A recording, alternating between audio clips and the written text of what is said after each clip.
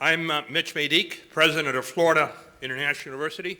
It's my pleasure to greet you on this truly exceptional day at our university. With me on stage, we have several faculty panelists who will be properly introduced a little later on. I'll just mention their names right now.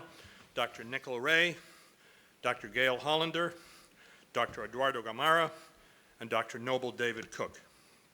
We look forward to hearing Dr. Fukuyama share his insights this morning on American foreign policy. Please join me in welcoming Dr. Francis Fukuyama.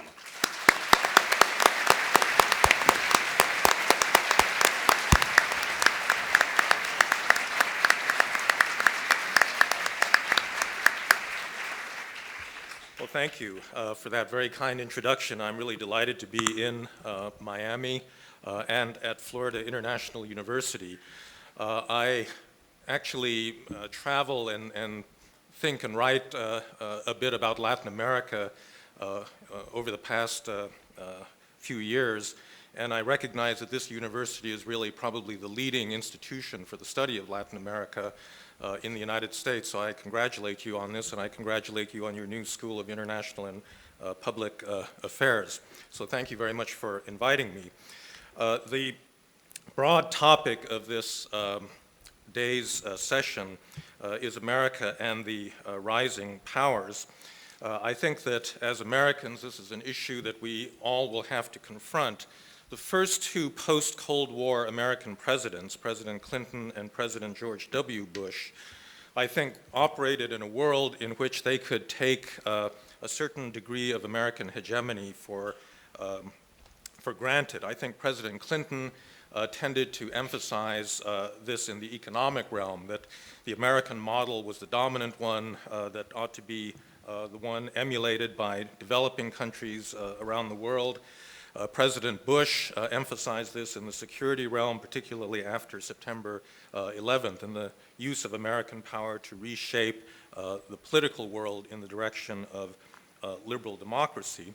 And I think it's fairly clear, particularly since the onset of the current global financial crisis that we're in, that world is changing very rapidly. Whether we are in a post-American world, as Fareed Zakaria has labeled it, I'm not sure, but certainly that seems to be the central issue that we need to think about.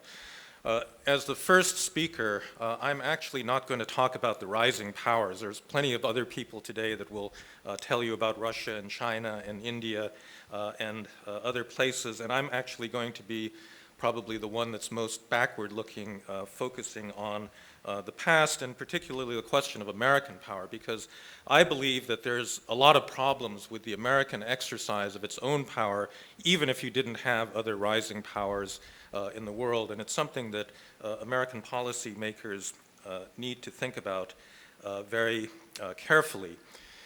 The legacy that comes from the Bush administration was one in which there was an initial assumption that in fact America's dominance in particularly hard military power could be translated into an ability to shape political outcomes around the world. If you look at what's been known as the Bush Doctrine, I think there is such a thing, despite Governor Palin, it was really something that was enunciated in the first national security strategy document that was published by the White House on the eve of the Iraq War. It had a number of components, the use of not simply preemption but preventive war to deal with the proliferation problem, the willingness of the United States to go it alone in case it could not receive adequate international cooperation from its friends and allies, and finally the strategic use of democracy promotion, where the promotion of democracy, particularly in the Arab world, would be a component of American strategic doctrine. And all of these, I think, were rendered very problematic by the events that happened. And so this is the history that I want to go over. But before we get to the specific ways in which these policies didn't work out, It seems to me that there's a deeper question that we need to address with regard to the nature of the world that we face, because I think that the international system itself, or at least in a certain very important part of the world, is actually different from the way that it's taught in typical international relations theory courses.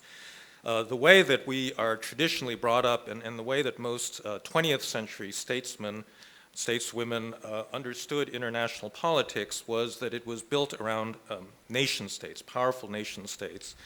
The big conflicts of the 20th century all involved countries like Germany, France, Britain, Soviet Union, the United States, that were centralized powers that could enforce rules on their territory, and the whole craft of international politics was understanding the balance of power that existed between those countries. Now, this is still the case, I think, in large parts of Asia, but there's an important part of the world that stretches from North Africa through the Middle East, through Central Asia, through much of sub-Saharan Africa, and really ends at the border between India and Pakistan, in which you have a world dominated by weak states.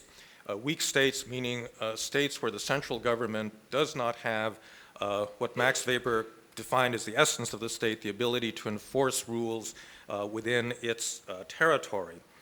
And it has led, I think, to the paradox that American power has increasingly been unusable in this kind of weak state world.